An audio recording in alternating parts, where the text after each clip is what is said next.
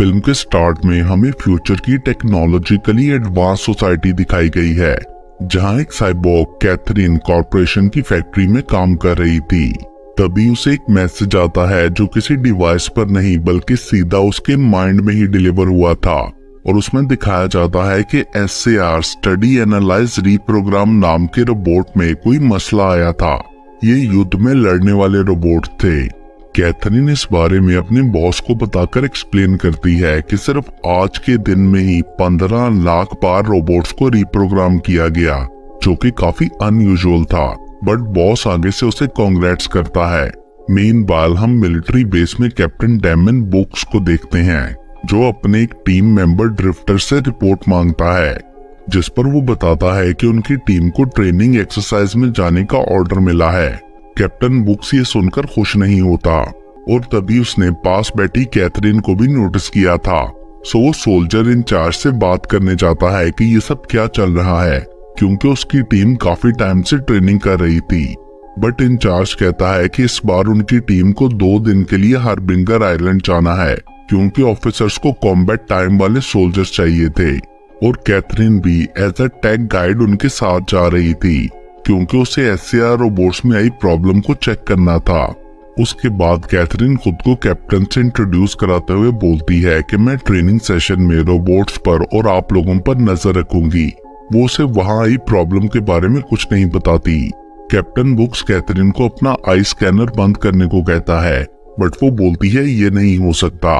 उसके बाद प्लेन में बैठने पर कैथरीन कैप्टन बुक्स की टीम से मिलती है, जिसमें Drifter, Robinson, Cutbill, Goodwin, Hackett and Loftus थे। टेक ऑफ के बाद सब टाइम पास करने लगते हैं, बट कैथरीन उन्हें स्कैन करके उनके बारे में जान रही थी। वो सब काफी अच्छे दोस्त थे। कैथरीन देखती है कि रॉबिन्सन की आइज में भी टेक इम्प्लांट्स थे। वो उसे डराने के लिए गन पॉइंट करता है, तो कैथरीन ये कहकर उसे शॉक कर देती है कि मैं किसी भी वेपन को देखकर ही उसे कंट्रोल कर सकती हूँ। 10 लोकेशन के करीब पहुंचने पर बुक्स टीम को इंस्ट्रक्शंस देता है और बोलता है कि यहाँ उन्हें मॉनिटर भी किया जाएगा। तभी कैथरीन को पता चलता है कि ग्लोबल नेटवर्क पर उसकी एक्सेस खत्म करके सिर्फ लोकल एक्सेस दी गई है। आइलैंड पहुंचने पर AI प्लेन उन्हें एक पुरानी फैसिलिटी के बाहर छोड़कर चला गया था। बुक्स फैसिलिटी के अंदर जाकर चेक करता है तो वहाँ कोई भी नहीं होता। बाहर भी कोई मॉनिटरिंग ऑफिसर्स नहीं थे, जो कि काफी अनयूजुअल था। बट वो लोग इस चीज को इग्नोर कर देते हैं।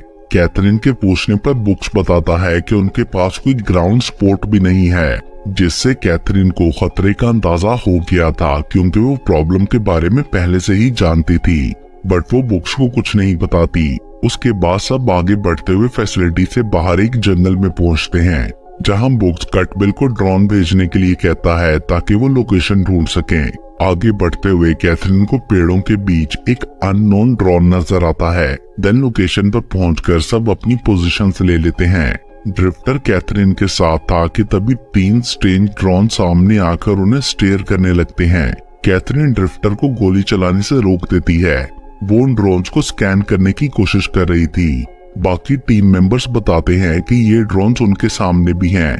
कैथरीन बताती है कि ये क्वांटम मॉडिफाइड ऑटोमेटिक ड्रोन्स हैं, उन्हें मॉनिटर करने के लिए। देन बुक्स टीम को आगे बढ़ने का कहता है, जिसके बाद फाइनली उनके प्रैक्टिस टारगेट सामने आते हैं, जो कि काफी बेसिक से रोबोट्स थे।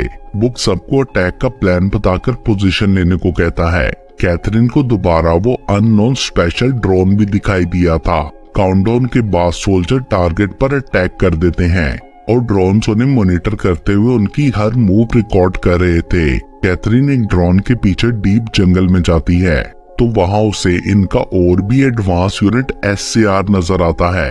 कैथरीन उसके बारे में जानती थी, मगर उसके ऊपर लगे ब्लड को देखकर वो शॉक्ड रह जाती है, और वो उसे स्कैन भी नहीं कर पा रही थी। काफी कोशिश के बाद वो रोबोट से कुछ फुटेजेस ले लेती है, जिसमें वो लोगों को शूट कर रहा था। वो आंखें बंद करके सबको प्रोसेस करने की कोशिश करती है, बट आंखें खोलने पर SAR वहां से गायब हो चुका था। तभी बुक्स का मैसेज आता है कि आज की ट्रेनिंग कंप्लीट हुई, जिसके बाद वो सब कैंप लगाकर बातें करने लगते हैं। बट कैथरीन एक तरफ अकेली बैठी थी। वो SAR से ली गई फुटेज को दोबारा चेक कर रही होती है कि तभी ड्रिफ्टर उसके पास आता है वो पूछता है कि तुम कहाँ चली गई थी, बट कैथरीन असल बात नहीं बताती। साथ ही ड्रिफ्टर के पूछने पर कैथरीन रिवील करती है कि वो हमेशा से ऐसी नहीं थी।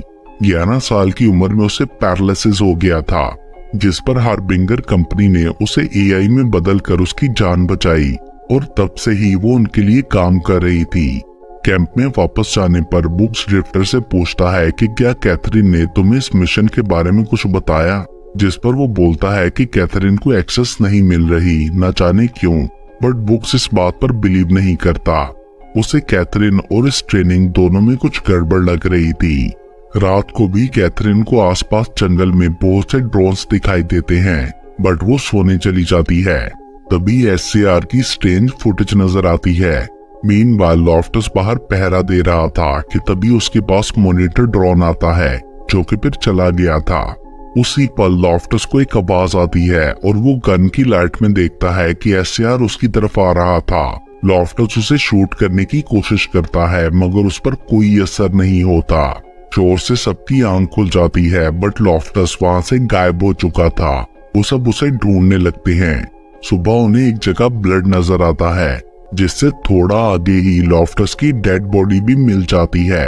कटबिल ये देखकर काफी इमोशनल हो गया था, बट बुक सबको डिफेंसिव पोजीशन लेने को कहता है, क्योंकि किसी भी टाइम अटैक हो सकता था। कैथरीन बताती है कि हम कल वाले टारगेट एरिया में खड़े हैं। एक ड्रोन भी उन्हें मॉनिटर करने आया था, बट उसके जाते ही एक सडन अटैक से हैकेट मारी जाती है। ये देखकर सब लोग जल्दी से पेड़ों के पीछे छुप जाते हैं। बुक्स देखता है कि उनकी कल वाली पोजीशंस पर बहुत से ड्रोन्स खड़े होकर अटैक कर रहे थे। बुक्स और ड्रिफ्टर स्मोक ग्रेनेड्स फेंकते हैं ताकि एरिया को फॉग से कवर किया जा सके। शूटिंग फाइट करते हुए बुक्स किसी तरह रोबोट्स के करीब पहुंचता है, बट सरप्राइजिंगली रोबोट्स उसे देखते ही पीछे हट जाते हैं। मीनवाइल हम कटबिल को भागता हुआ देखते हैं, जो कि अपनी टीम से अलग हो चुका था। तभी ड्रोन्स आकर उसे मॉनिटर करते हैं एंड उनके जाते ही एससीआर वहां आकर कटबिल को मार देता है। उधर ड्रिफ्टर बुक से पूछता है कि उसने क्या देखा, तो वो बताता है कि ये रोबोट्स कल वालों से बहुत ज्यादा एडवांस थे। उनके आर्मर सूट्स भी ऐसे थे जिन पर हमारी गोली का कोई असर नहीं हुआ था।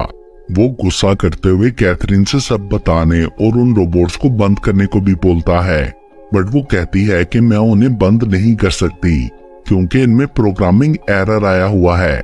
ये सुनकर बुक्स को और ज्यादा गुस्सा आ गया था, बट ड्रिफ्टर बोलता है कि इसमें कैथरीन का कोई कसूर नहीं, ये प्रोग्रामर की गलती है। तभी रोबिन्सन वहां आता है, जो कटबिल को देखने गया हुआ था और उसे सिर्फ उसका हेलमेट ही मिला था। सो सारी टीम उसको ढूंढने जाती है और ड्रिफ्टर बोलता है कि इसमें कैथरीन की हेल्प लेनी चाहिए क्योंकि वो ऐसी चीजें देख सकती है जो हम नहीं देख सकते। तभी कैथरीन उन्हें दिखाती है कि वहां बहुत से जानवर मरे पड़े थे, जिन्हें शायद रोबोट्स टारगेट प्रैक्टिस के लिए यूज करते थे। सडनली कैथरीन बताती है कि उन्हें दूर से ट्रैक किया जा रहा है और उस तरफ देखने पर उन्हें बहुत से रोबोट्स दिखाई देते हैं जिन्होंने अटैक कर दिया था। सब लोग उनसे बचने के लिए भागते हैं। तभी एक शॉट कैथरीन को लगने लगता है, तो बुक्स जल्दी से उसे पीछे खींचकर बचा लेता है, जिस वजह से वो दोनों नीचे गिरकर बाकी ग्रुप से अलग हो जाते हैं। कैथरीन पेड़ पर सर लगने से बेहोश हो गई थी। रात तक बुक्स किसी तरह कैथरीन को उठाकर फैसिलिटी की एंट्रेंस पर पहुंच चुका था। वो ड्रिफ्टर से कांटेक्ट करके अपनी सिचुएशन बताता है। ड्रिफ्टर उनके पास जाना चाहता था, बट बुक्स उसे सुबह तक अपनी जगह रुकने को कहता है। एंड देन कुछ घंटों बाद एक ड्रोन बुक्स के सामने आता है और फिर चला जाता है, जिसके बाद एससीआर वहां आता है, बट बुक्स पहले ही कैथरीन को लेकर छुप चुका था। एससीआर अंदर आता है तो कैथरीन आंखें खोलती है और दोनों का कनेक्शन होने के बाद रोबोट एससीआर चला जाता है। अगली सुबह कैथरीन को होश आ जाता है। वो 9 घंटे तक बेहोश रही थी। बुक्स उसे रात वहां आने वाले एससीआर का बताता है, तो वो बोलती है कि हमें उसे ढूंढना होगा। उसके बाद वो लोग बाकी बचे 3 सोल्जर से मिलकर वापस ड्रॉप पॉइंट पर जाने का डिसाइड करते हैं ताकि प्लेन आकर उन्हें ले जाए। जिसके बाद कैथरीन और बुक्स फैसिलिटी का एग्जिट डोर खोलने के लिए जाते हैं, जबकि बाकी तीनों उन्हें कवर कर रहे थे। किसी भी प्रॉब्लम के बिना वो लोग दरवाजे तक पहुंच गए थे। बुक्स उसे खोलने की कोशिश करता है कि तभी ड्रोन्स वहां पहुंच जाते हैं दरवाजा खुल नहीं रहा था, सो कैथरीन कंप्यूटर को हैक करने की कोशिश करती है और तभी अचानक कुछ स्मोक ग्रेनेड्स वहां फेंके जाते हैं। रोबोट्स उनकी की गई मूव्स को कॉपी कर रहे थे और इससे पहले कि वो कुछ प्लान करते, रोबोट सामने आकर अटैक कर देते हैं। भागते हुए ड्रिफ्टर को टांग पर गोली लग गई थी, सो बुक सोल्जर को लेने के लिए जाता है, मगर ड्रिफ्टर उनको भेजकर खुद रोबोट से फाइट करने लगता है, जिससे उसे दोबारा गोली लग जाती है और एसएआर उसके पास आता है। ये देखकर बुक्स उसे बचाने के लिए जाता है। कैथरीन भी वहां आ चुकी थी। उसे देखकर रोबोट शूटिंग करना बंद कर देते हैं। वो उन्हें डीएक्टिवेट करने की कोशिश करती है मगर नहीं कर पाती।